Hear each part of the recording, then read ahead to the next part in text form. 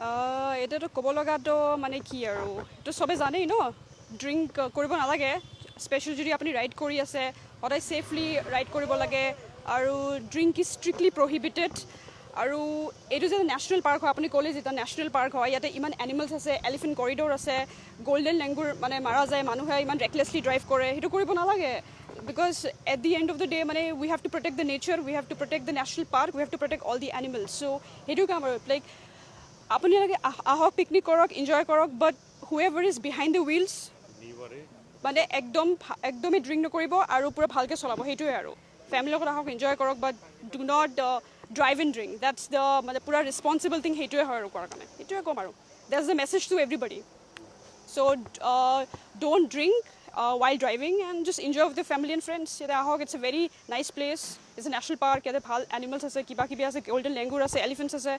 So you have to think about all the aspects ki ase and yeah, enjoy and be responsible because you have to save your own life. Your life is at your own hands and also the animals also. Apunar risk te ase. Apuni iman gari recklessly konoba solai ase.